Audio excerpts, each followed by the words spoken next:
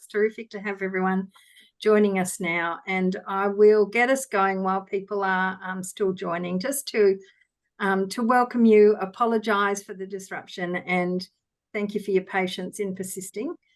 We will get going. It's really exciting to have this webinar, and we're very keen to have the conversation. So we will expect to go a little bit past 3 o'clock in order to make sure we cover the issues that we wanted to cover today, and recognise that we've had this delay. I would like to acknowledge that we're meeting on various Aboriginal lands across the country, and pay respects to elders past and present, and pay respects to all of our First Nations communities. I'm in Wurundjeri land, and I would like to especially pay respects to the Wurundjeri people of the Kulin Nation, and encourage you to think and reflect and stand with First Nations people this week in response to our experience on the weekend of the referendum.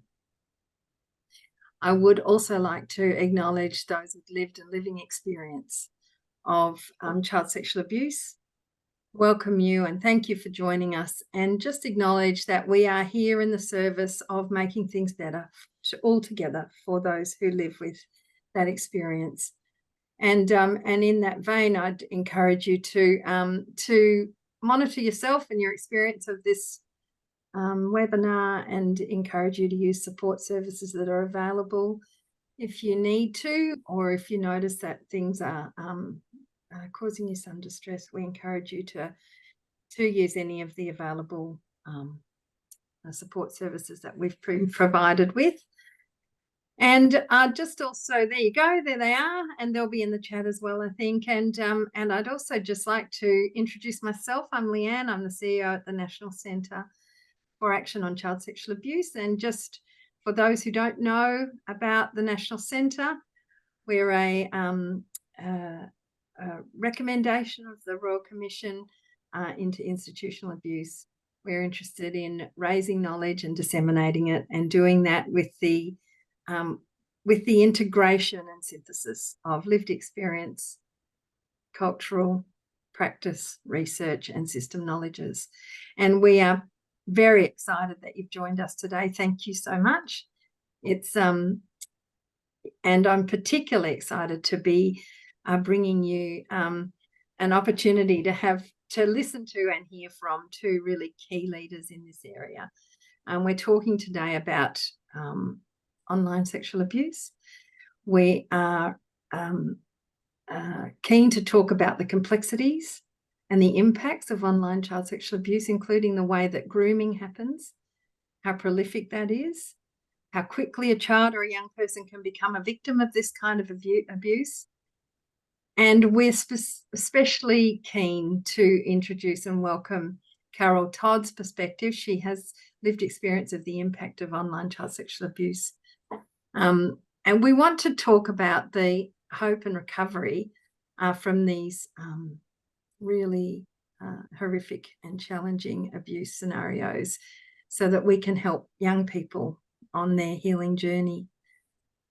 We do want you to engage with this discussion, and we do want you to ask questions if you have them, and you can do that in the chat. Let me introduce our two speakers. I'll start with Dr. Michael Salter. He's a Associate Professor of Criminology at the School of Social Sciences at the University of New South Wales. He's an expert in child sexual exploitation and gendered violence.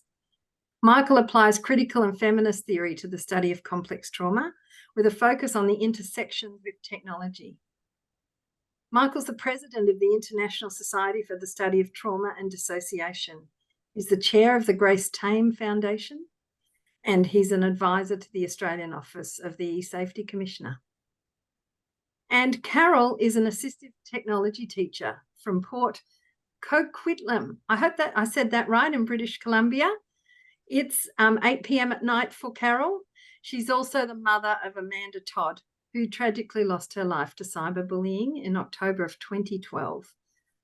Carol's a tireless champion of educating Canadians in all ages on the importance and the subject of cyberbullying. She's the coordinator for digital literacy in the school that she works in. And I would just like to first go to her and ask you, Carol, to tell us a little bit of your story and why you advocate in relation to online child sexual abuse.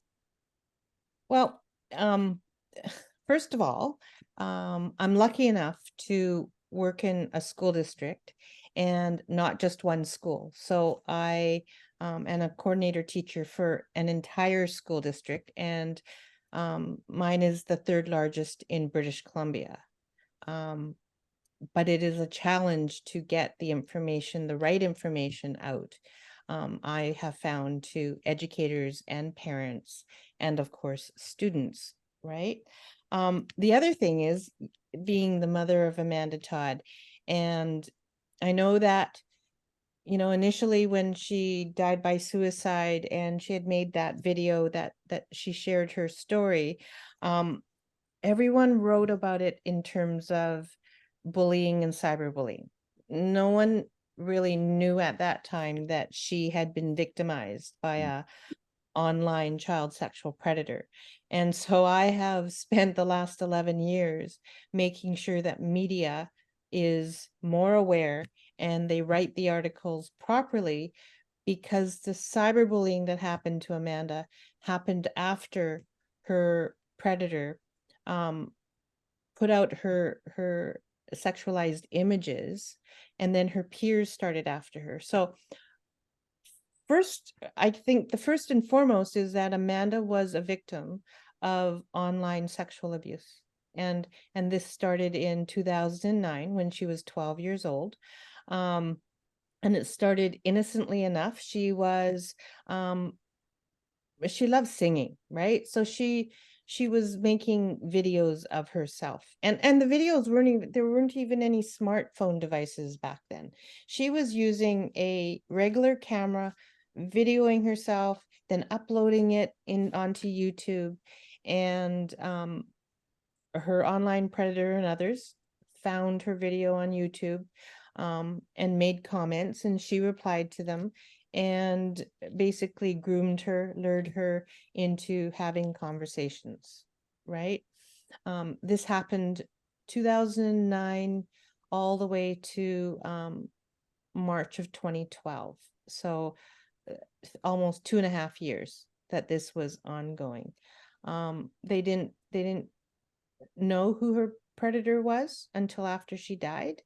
And through a covert operation and a lot of investigation from the police, and in the UK and the Netherlands and in Norway, they found that her predator was in the Netherlands, and he had victimized multiple girls. And so that started the whole investigation into what is known as Amanda's case. And in 2017, Aiden Caban was brought to court in the Netherlands for victimizing 35 other young people for exploitation and having child pornography making, distributing. But Canada decided to keep her name out of that trial and try this person independently in Canada. And last year in 2020, he was brought to Canada. In 2022, the trial happened, and Canada sentenced him to 13 years for what he did to Amanda. And I, as her mom, I needed to be in court. And so it was a 9-week trial, and I went every day and heard what the prosecution and defense brought up. I saw her perpetrator, and I learned a lot. I learned a lot sitting in that courtroom about victimization, and the long-term effects, not only on Amanda, but when it happens to others. And I've made it, I guess, my life's mission to be able to share her story, and also to be able to gain enough knowledge to be able to talk to parents and talk to students and talk to educators and law enforcement about the things that we need to change in the system, because this problem isn't going away. When Amanda was offended back in 2009 to 2012, her offender used Skype, used Gmail, used Facebook. And now we look at 2023, and there's applications that offenders are using to talk to kids, to find kids, and it's more prolific. It's raised the bar. And it takes a village, and we're the village that has to make the changes so that others listen, and that basically we have to keep our kids safer somehow. Carol, when you say we're the village, I'll come to Michael in a moment and ask him about prevalence and how common this is. But when you say the village, it's the village that needs to respond. Do you mean, who do you mean? Do you mean the service system, the legal system, the community and parents and schools, or all of it? We all live in that village, Yeah. right? We all have to work together. I just did a parent talk last night, and the parents are all sitting and they're listening, and I'm trying to tell them or show them how to gain more information in small bits, in easy bits, and that it doesn't go away, and you can't walk away saying, I've talked to my kid knows better than that, they'll never do it. But kids do, because that brain of theirs doesn't make any sense in their head. It's all about them first, and them first is having connections with people, but they're not thinking about who those people might be. And I'm not saying that technology is bad. Technology is wonderful, but we have to know how to use it properly, and we have to teach our kids what the red flags are. And so my idea for future presentations that I do in person out here or wherever is to find a red flag, and I want to wave it because I want them to see what a red flag really is. Thanks, Carol. And also thank you for sharing your experience, which is just heartbreaking. So thank you. Michael, how prevalent is this, especially in Australia? Do you know? Do we know? Yeah, we do know. I mean, we have the Australian Child Maltreatment Study, which is a very large-scale study of child abuse and neglect in Australia. They haven't released their technology data yet. The surveys in the United States, large-scale surveys, suggest that about 1 in 6 children will be subject to online sexual harm before the age of 18, so some form of online child sexual abuse, about 15%. And that's on top of, obviously, the existing burden of child sexual abuse, which is very high. My research team's conducted a survey of 2,000 Australian men, so that's a representative survey. It's the largest survey of its kind ever undertaken in the world, where we asked men about their perpetration of child sexual abuse. So to give you a sense of this, and we'll be releasing this data formally in about 4 weeks, but about 7% of Australian men have committed some kind of online sexual offence against a child. That includes online luring, online grooming, viewing child sexual abuse material, or sexual extortion, paying a child for sexual services online. That's 7% of Australian men. When we look at something like child sexual abuse material across the lifetime, 6.7% of Australian men have intentionally viewed sexual images of a person who they knew was under the age of 18. And 2/3 of them began doing that when they themselves were teenage boys. So I really want to just go back to Carol's comment about this takes a village. It takes a village to protect a child, but frankly, it also takes a village to hold people to account, not only for the sexual harm they commit to children, but the fact is that this sexual activity, this harmful sexual activity, this online child sexual abuse is primarily being committed through technology companies, through private technology platforms and social media companies that are facilitating this offending at a massive scale. And there's no doubt that if the technology sector took its child protection obligations more seriously, we wouldn't be talking about 7% of Australian men have sexually harmed a child online. So, Carol, thanks, Michael. I'm going to come back to you about that. But Carol, you have some ideas around the grooming process and examples through TikTok with the following by bombardment of comments. Can you tell us a bit about that? So just as an example. Well, as an example, and last week I had found a video on YouTube, and so I watched. It was like a small documentary made in the UK, and it described in various parts of the video. It's a really good one to watch. They talked to perpetrators, and they talked to parents, and there was one thing that stood out to me. So you have this, and in Canada, like 72% of all youth have a smart device. And so they're online. That's 72 out of every 100 kids, right?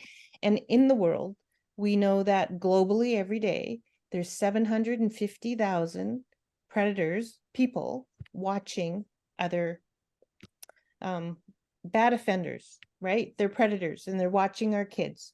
And so picture a 9-year-old little girl, and Taylor Swift is big in the world, right? And this little girl is on live stream. She's dancing to Taylor Swift. She might be, lip syncing to Taylor Swift.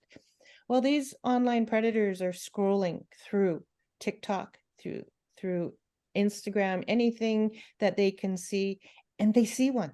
They see a little girl, could be a little boy, doing something too, right? There's no divide, but predators are looking for girls, and they catch the URL, and so then this online offender will go into his chat room where there's other online offenders, right? Remember, 750,000 of them are online, and says, I found one. I found this girl and she's dancing, she's singing. Here's the URL. Go into this chat room right now and you'll see it. Go into the chat room, pay compliments. They do the hearts, they do the likes, they give this little girl comments. She loves the attention. Who doesn't like attention, right? Someone's watching you. And then the conversation starts. Then they get the reciprocity from this child saying, oh, you like I can dance more. And there's many different ways that you can lure a child in, right? But compliments is a big one. And so then the shift starts. You know what? You're really pretty. You could make money in this. You look like a model, right? Let's go in and let's talk somewhere else. And so there it goes. It goes into another communication chat application, right? Can you dance more for me? Can you right? And sometimes our children give up information without knowing it. No, that's right. Right? I'm in gymnastics. I can, I'm a dancer and I can do the splits, or someone will say, can you do the splits, or can you do a back bend for me? And then it's like pictures. And then I know Michael's going to maybe talk about this, I hope, is the artificial intelligence part of technology now, right? All things that look innocent, and all these innocent things get changed and morphed and by these online predators who just want to exploit our children. And we need to make parents and adults and caregivers and more aware of how simplified it is, how easy it is for something to happen, and then the rabbit hole, right? Escalates. That's the part that I want to change. Yeah. So what I'm hearing is, a kind of parental and community response, which I will come back to, and this big tech response, or the response directly to the big tech companies. And I think, Michael, you could explain a bit more about how you see the artificial intelligence explosion contributing to this additional problem before we start talking about solutions. So, I mean, generally in the tech sector, technological innovation is not understood in relation to child protection. And so in terms of generative AI, so the auto generation of language or images or increasingly video, it's entirely predictable that this would have significant implications in the child sexual abuse space. Nonetheless, this technology was released without guardrails in place. So particularly with AI engines that can be downloaded, can be placed on your hard drive, and you can work with them privately. What it means now is that the most active child sexual abuse offender forums on the dark web and on Tor are the AI generation forums. For those of us that work in this space, we know how unwell offenders are. I think the community doesn't really have a grasp of just how sick the offender community is. And once they got their hands on generative AI, they're making extremely violent and sadistic generative synthetic child sexual abuse material. They're also using AI in order to produce child sexual abuse material of kids that have previously been abused, but they want to see them abused differently. They're taking images of kids they want to abuse, but they haven't yet, and they're running that through AI to produce child sexual abuse material. And this is increasingly being commercialized. So through Patreon and through other funding services that allow you to charge a subscription fee per month, we now have offenders who are producing child sexual abuse material generated through AI for money. And so this is the situation that we're in now. And I think in 12 months' time, AI is going to really have turned the child sexual abuse space on its head in terms of just the level of risk and threat. And yet at the same time, we haven't managed to deal with the victimization of actual children online. So I don't have an optimistic, hopeful message about this. It's a nightmare, and we really need people to understand that, and we should be angry and heartbroken about what happened to Amanda, and we need to hold on to that grief and outrage, because this is not going to go away.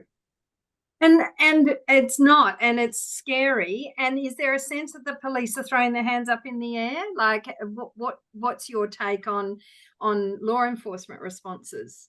Look, I mean, I think that police are our biggest allies in this space. In my experience is that they're the workforce that understands just how significant the stakes are, and what is and just the level of the threat.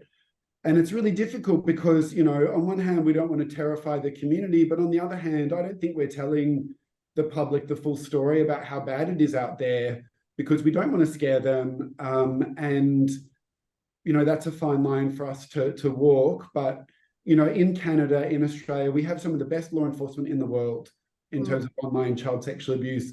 They are the ones that we need to be listening to. They're also the ones that policymakers need to be listening to, and making some really difficult decisions about how much investment of public funds we put into this space to make sure that our response is commensurate to the threat. And at the moment, it's not. Not, no, okay. And given that we expect that most people who join us online are people who are working in this space, perhaps as practitioners or in child protection or so on, and I would encourage people, if you have particular questions, to pop them in the chat. What's your call to action for them in relation to this? Because it does feel overwhelming and like it's running away from us.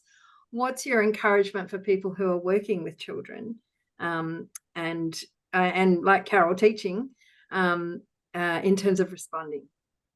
And I mean, Carol can speak to this in much more depth than I can. There's certainly really key messages for practitioners who are working with kids about how we do risk management and about how we bring kids into this conversation. I think honesty is really key here about what really is the risk.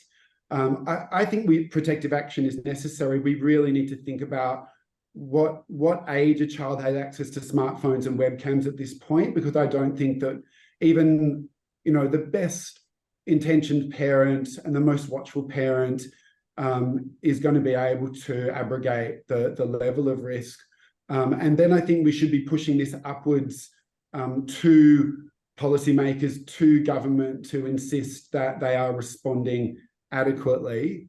That's my message. Or system controls on the tech giants. What's your thoughts, Carol, on this? Well, you know what? There's prevention and there's reaction. And so with a case like Amanda's, it all came into the reaction phase. But we need to go further than that. And last night when I was doing my parent presentation, and I said to them, this is a scary topic. This is a hard topic to talk about. We're talking about exploitation. We're talking about child sexual abuse. We're talking about on the online world. And I often hear, well, you know, I've talked to my kid once and they're perfectly safe now. I've had that talk.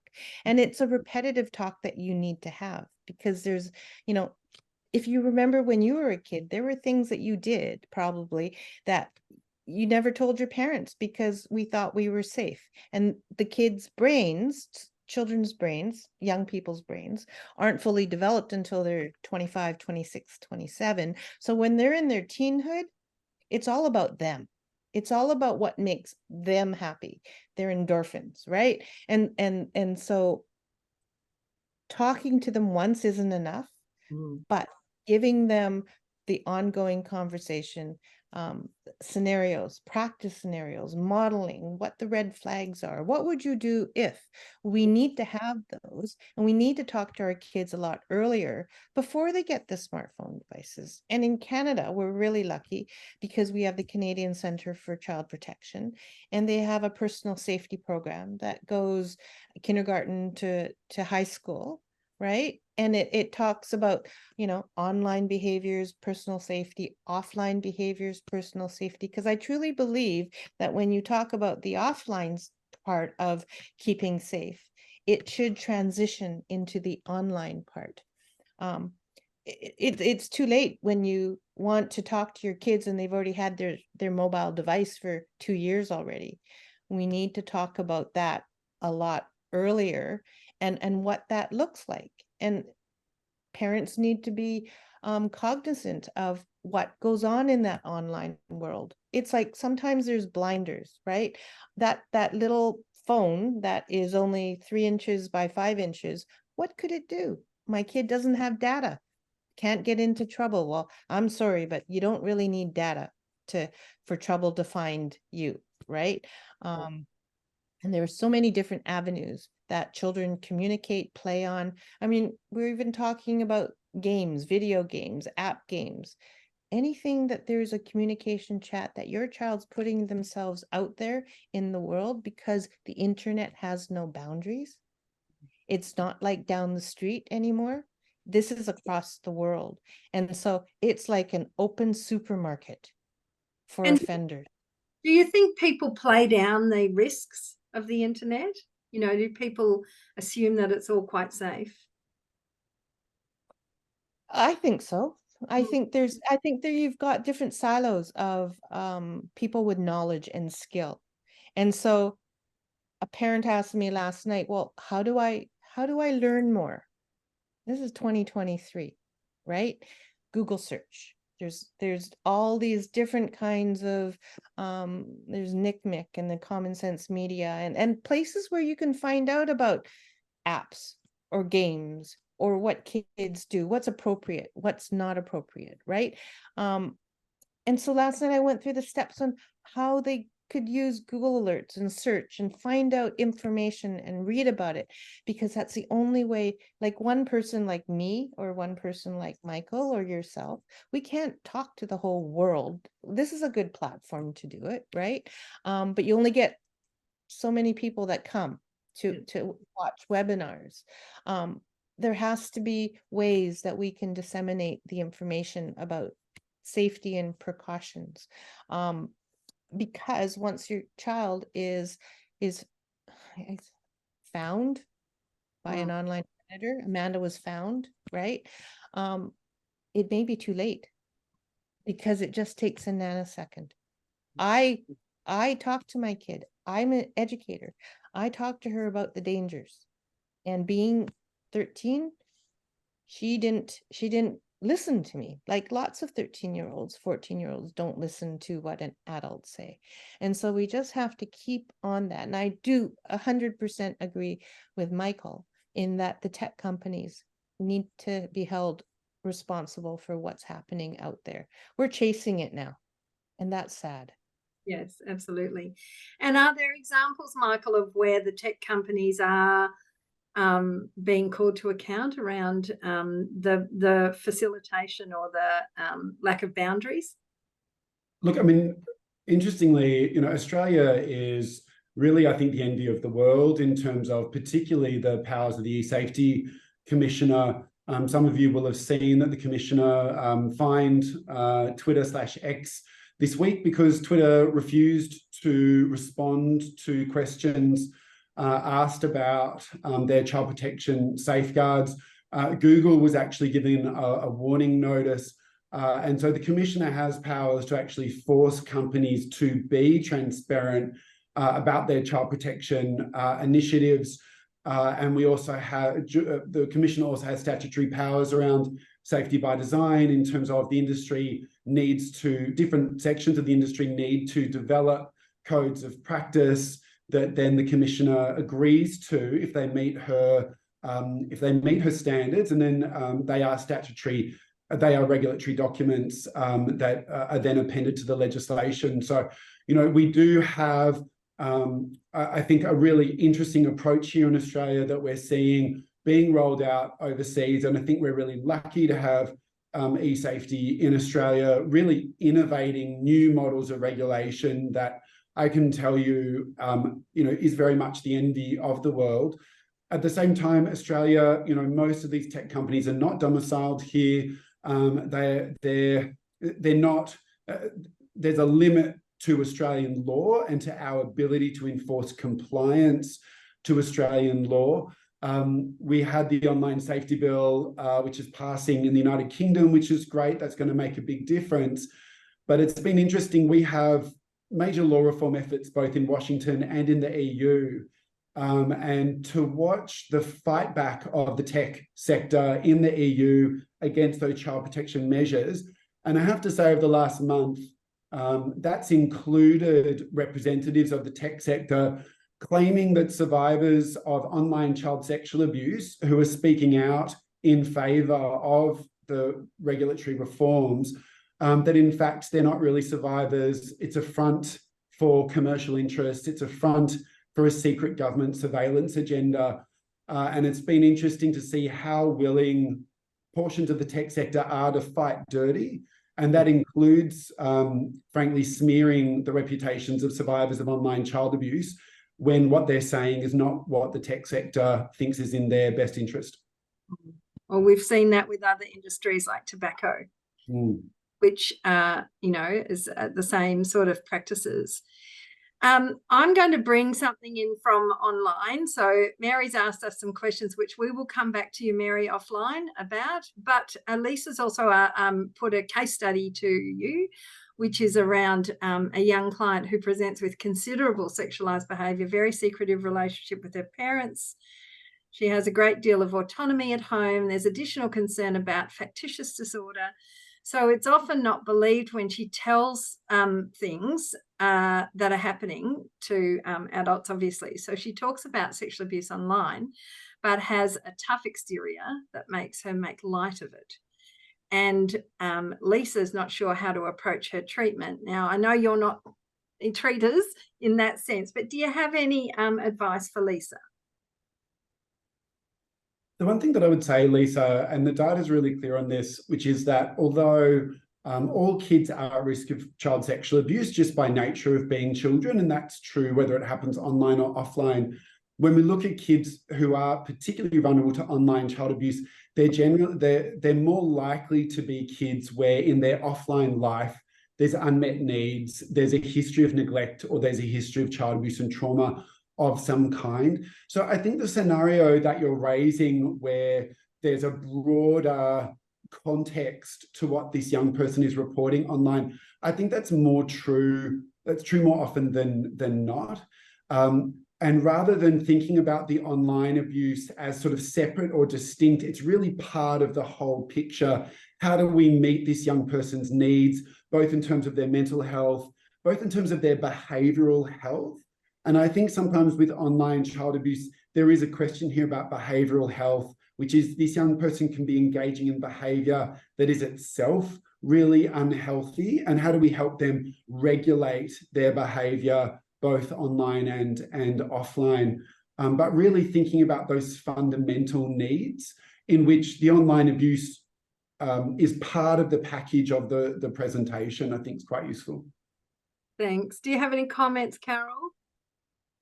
I think Michael is 100% right. And then we have to look at root causes and what's gone on in this young person's life. And they may not have experienced sexual abuse, but it could be a family breakup situation. It could be something traumatic that they've done. They're looking at, so Amanda's case, right? She was looking for attention to meet her needs.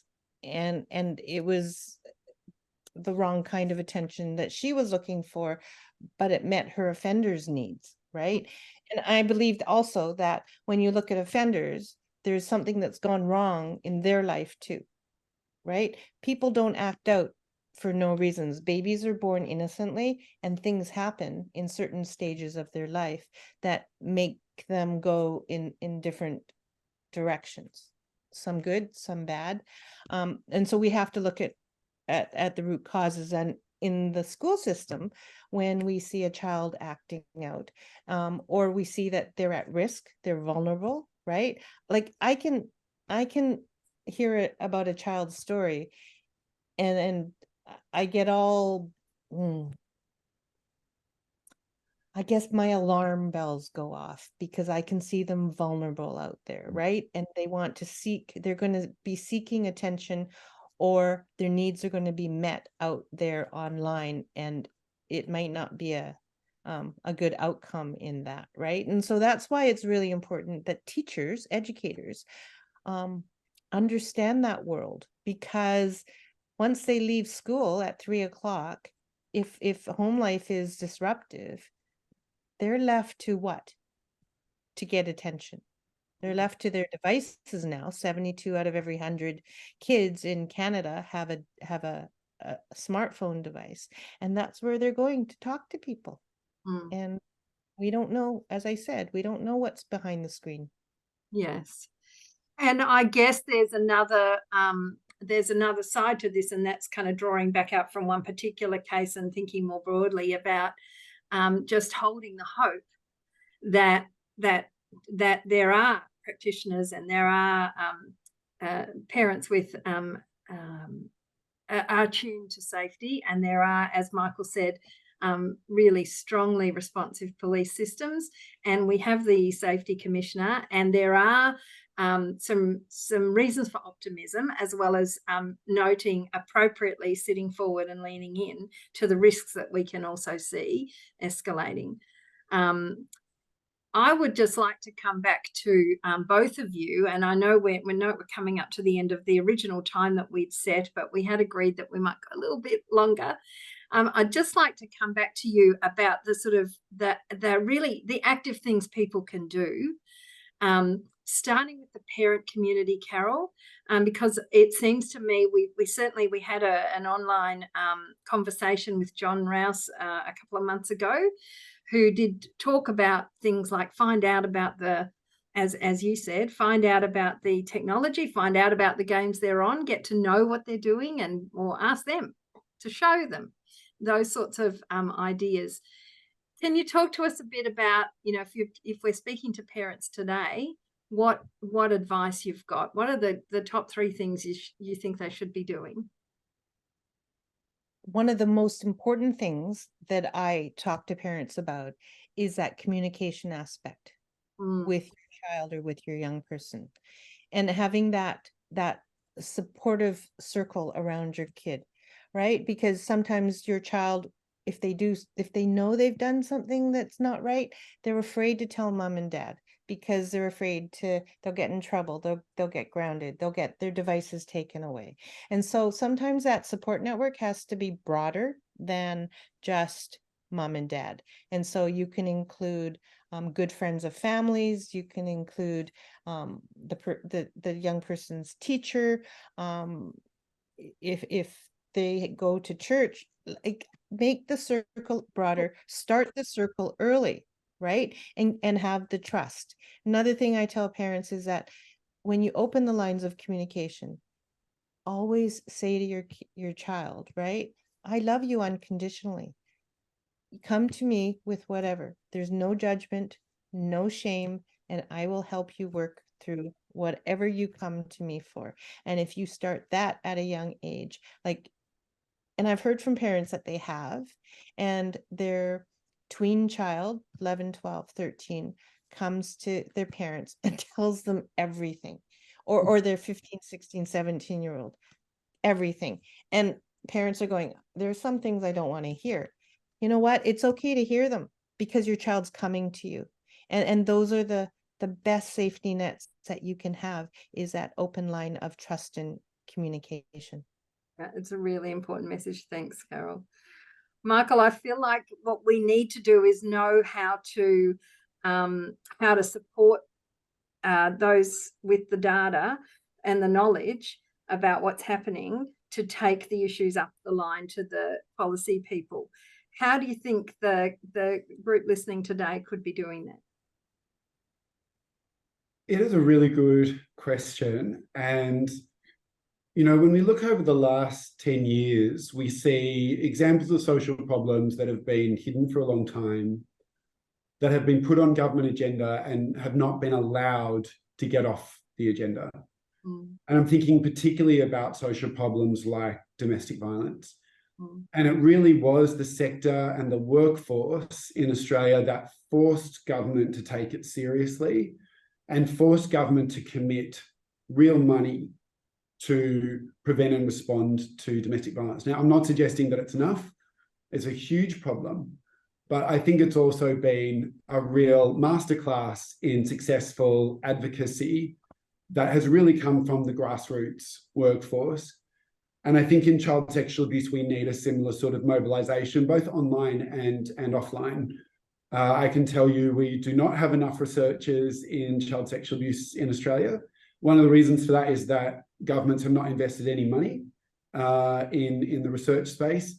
We do not have anywhere near the quantum of money that we need in order to support survivors and in order to innovate. We need new responses to this problem. We need to fund what we're doing, but we also need to think differently about what we're doing, and that takes government commitment. So I think to everybody listening, to never underestimate the power of your voice and your workplace, and think about your opportunities to really champion this. And I think about, practitioners who I know who have worked with their local MP and gotten their MP on board and then forced things up the chain so that their service gets proper funding, for example. So we need to be loud. I don't know what else to say, but we need to be. No, that is, and it is a reminder also for the National Centre as we begin to build the voice and the tidal wave of victim and survivor voices to continue to step into government with the expectations that they will build on the good work, the good foundational work of the e-safety commissioner and others, and on the voices of lived experience about what has happened. And Carol, it's such an important contribution that you make every day and from across the seas to us. Can I say something about lived experience? And I'm sharing Amanda's story openly, but I don't know what happens in other countries, but because Amanda was a minor when this happened, and when, like, her story was told, but as soon as her offender came into Canada and the court hearings, pretrial court hearings started, there was a publication ban put on her name and the offender's name, so that media couldn't publish anything.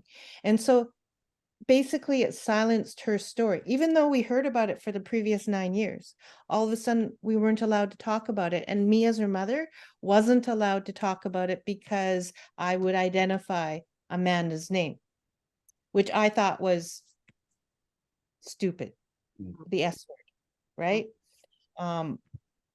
And it also protected the offender because we weren't publishing his name out here either.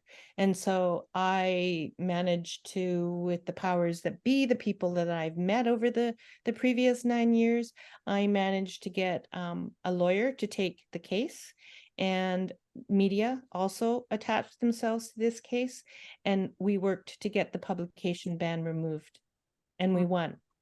And that's the only reason that I am able to sit here and say Amanda's name, because if that pub ban had stayed, I would not have been able to share her story, tell her story, share her name. Her name could not be printed in any form of media publication ever again. Yeah. And so one of the problems is that I realize that child sexual abuse and survivors, and many of them can't tell their story. And because they can't tell their story, people don't hear the stories of how violent and vicious and distressing and ongoing this is. Yes. So our lawmakers don't hear it, because they think that all of you are just flapping your lips and you just want change because that's something that you want to do every day, Yeah. right?